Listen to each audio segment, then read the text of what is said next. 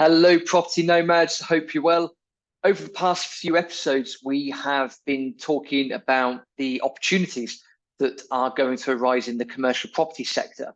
And the article that we're just about to go through today almost enhances that opportunity that's going to come your way, it's going to come our way. And it's WeWork. WeWork has been forced to file for bankruptcy in the USA. Now, why is this important?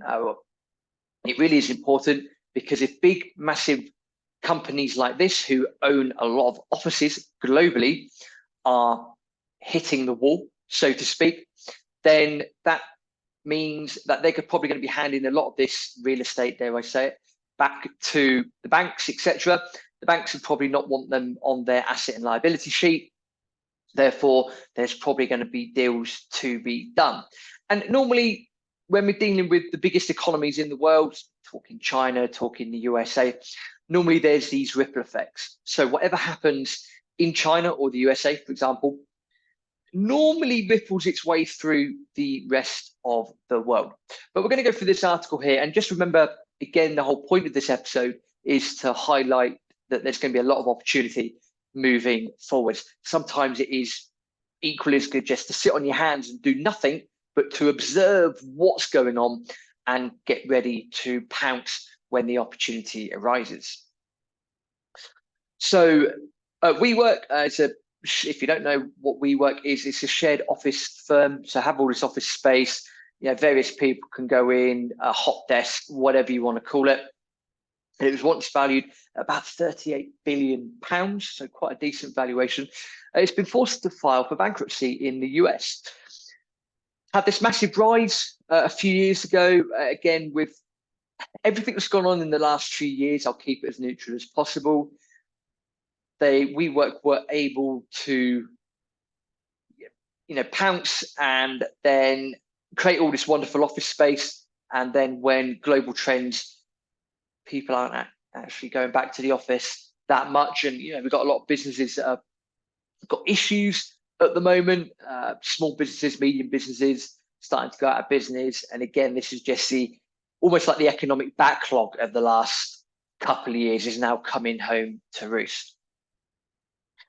If you remember, as well a few years ago, as WeWork was seen as the future of the workplace. So probably just not the right time for it. So what's valued at 38 billion, now worth less than 50 million. So it's quite a fall from grace. I will point out that the bankruptcy will affect the US and Canada. At the moment, as of the time of recording, it's not going to affect anything in the UK. But again, what a company says and what a company does are two different things. Over more than 700 sites around the world at the end of June 2023, and about 730,000 members. It's a loss-making company, billions of dollars in liability. And then again, you get the corporate spiel. Bankruptcy protection would allow it to, and I quote, further rationalize its commercial office lease portfolio, end quote, while trying to ensure continuity for its users. Basically, in a nutshell, let's say it as it is.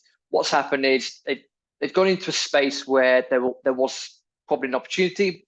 We've had pandemics and government reactions to that, etc., etc.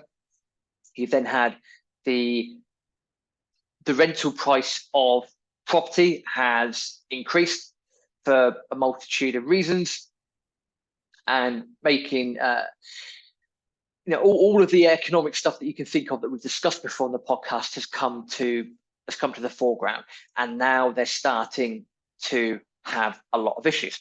So where does this leave opportunity? Well, what this means moving forward is that if they are handing the leases back to the parent companies or the banks or whatever it is they're doing, then that's going to create a lot of opportunity, because the landlords are going to be in the position where they're going to have a lot of empty property. And as you know, unless it's the conditions of the terms in the lease, etc., if you are stuck there as a landlord with a property that is not producing any income, it's on your books. What are you going to do with it? You're going to try and obviously rent it out, but we're seeing with all various economic conditions that might not be the most suitable thing to do. So then these companies, these landlords, are stuck there with something on their liability sheet. They're going to need to want to move it. And we're seeing the government with their changes or potential changes to permitted development, which I believe they're in government at the moment, possibly at the start of 2024. So what we're seeing, or what we are going to see, is all the things in the background working towards a position of, can you acquire a lot of this property? Can you acquire at a fire sale price? And then with the potential changes to permit development, are you then in a position to take advantage of that and then do what you need to do, convert that into a different type of office use or convert that into a residential property? And again, WeWork is pretty much going to be the tip of the iceberg. There's a lot of other economic factors, a lot of other economic data out there that suggests we are, on that slippery slope. We're in the good old recession zone. And when that happens officially, again, it's going to get a lot worse before it gets a lot better. But as we said on the show before, Mark Champ of War Financial says time and time again, this means there is going to be a lot of opportunity. Absolutely, there's going to be a lot of opportunity. Will people ever go back to offices in their droves? I don't know, to be perfectly honest. Probably unlikely. Things have happened, things have changed. But from a purely property point of view, having big companies like WeWork file for bankruptcy, they're going to have a lot of other issues, not just in the UK, but worldwide. If they've got issues, what other people have got issues? What property needs refinancing in the next couple of years? It's about your network at this stage. And if you haven't got a network, build your network without a shadow of a doubt. If you do have a network, continue liaising with that network. I think we just said before, Aaron and I have got people in the background where we're dealing with, we're speaking to them, and we will be ready in a position that when opportunities arise, we'll be ready to pounce. We're not quite there yet, but articles like this certainly help our cause, and they need to get you thinking as well about what are the next opportunities in property. One last thing, go back to this article. What is interesting to see is that major shareholder SoftBank, which is a Japanese technology conglomerate, has pumped tens of billions of dollars into WeWork as it continued to lose money. So that's one to watch from the banking sector moving forward as well. Again, there's going to be a lot of banks with a lot of big liabilities coming up in due course. As always, thank you very much for listening. Please do go subscribe to the podcast if you haven't already done so. If you're watching this on YouTube, please subscribe to the YouTube channel. Use that bell notification thing to get alerted as and when we do new content. Your support is greatly appreciated. And because you are taking the action, we're finding that it is really helping the numbers on YouTube and podcast in general. We will see you in the next episode.